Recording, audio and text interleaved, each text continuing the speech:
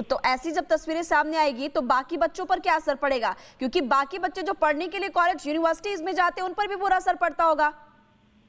बहुत ज्यादा असर पड़ता है। इसलिए तो पश्चिम बंगाल के बहुत सारे एजुकेशन इंस्टीट्यूट जो पहले बहुत नामचीन थे आज भी अच्छे हैं, लेकिन इनकी अभी धीरे धीरे इन लोगों की ऐसी हरकत के कारण, और ज्यादातर लोग देखा जाता है कि जादवपुर यूनिवर्सिटी पे आप देखेंगे तो साइंस एंड टेक्नोलॉजी बहुत एडवांस है। साइंस के बच्चे इसमें नहीं रहते, ज्यादातर आर्ट्स फैकल्टी के लोग रहते हैं, बच्चे रहते हैं, और उन बच्चों का भी मिसयूज किया जाता है कुछ टीचरों द्वारा, कुछ लोगों द्वारा। तो सुकांता मजूमदार जी, आप सरकार से बात नहीं कर रहे हैं क्या कि ये क्या हाल बंगाल में? आए दिन हम ऐसी तस्वीरें देखते हैं अलग अलग जगहों से। पश्चिम बंगाल की सरकार बात सुनने के आदी नहीं है। ममता बनर्जी अपने उनकी आदत ही नहीं है किसी की बात सुने। ममता बनर्जी को अगर आप आधा घंटा बैठा के एक बात सुनाएंगे तो पागल हो जाएगा, वहां से उठ के भाग जाएगी। तो कोई किसी की बात नहीं सुनती, वो सुनाती है सिर्फ। तो इसलिए उनसे बात करने की कोई औचित्य भी नहीं है।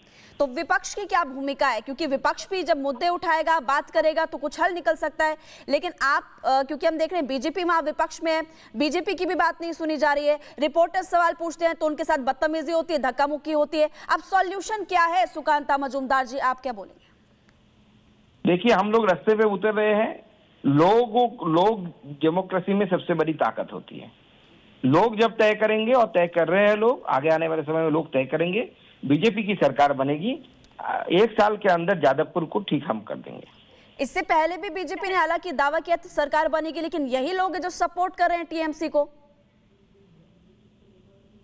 ये लोग तो सपोर्ट करते हैं, टीएमसी के वर्किंग फोर्स के हिसाब से काम करते हैं, क्योंकि ये सारे स्यूडो सेकुलर और फंडामेंटलिस्ट जितने भी है, इस्लामिक फंडामेंटलिस्ट हो या मार्क्सिस्ट फंडामेंटलिस्ट हो, सारे एक साथ मिले हुए हैं।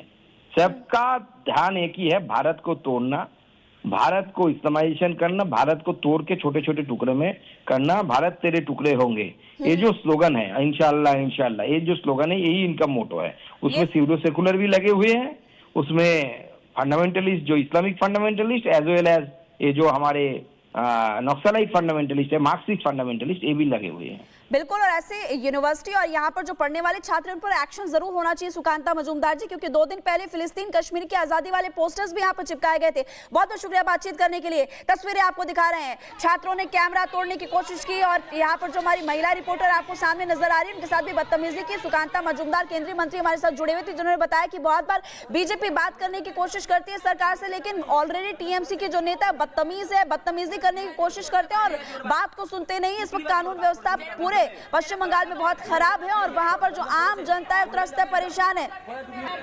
दिलीप घोष इस वक्त हमारे साथ जुड़े हुए हैं, और आपको बता दें कि तस्वीरें भी लगातार हम दिखा रहे हैं। दिलीप घोष जी, रिपब्लिक बांग्ला रिपोर्टर पर हमला, जादवपुर यूनिवर्सिटी, वो यूनिवर्सिटी जहां 2 दिन पहले फिलिस्तीन कश्मीर की आजादी वाले पोस्टर लगे थे, बात करते हैं तो छात्र बदतमीजी करते हैं।